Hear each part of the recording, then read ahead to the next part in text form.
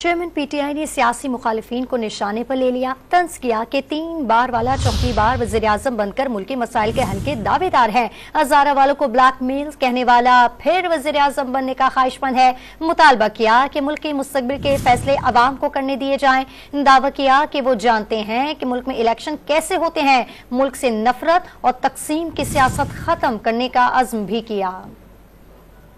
ہمیں بتایا جا رہا ہے کہ جو 3 دفعہ وزیر اعظم بنا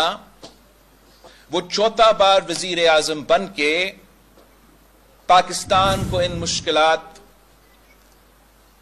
سے نکالیں گے۔ دوسری طرف ہمیں بتایا جا رہا ہے کہ ایک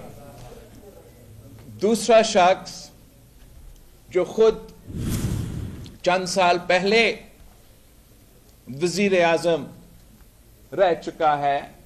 اپنے دور میں جس نے کہا تھا کہ جو ہزارہ میں اپنے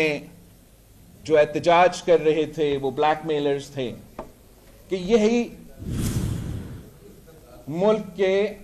پاکستان کے بلوچستان کے آپ کے آپشنز ہیں۔ میں جانتا ہوں کہ پاکستان کے الیکشنز کیسے ہوتے ہیں۔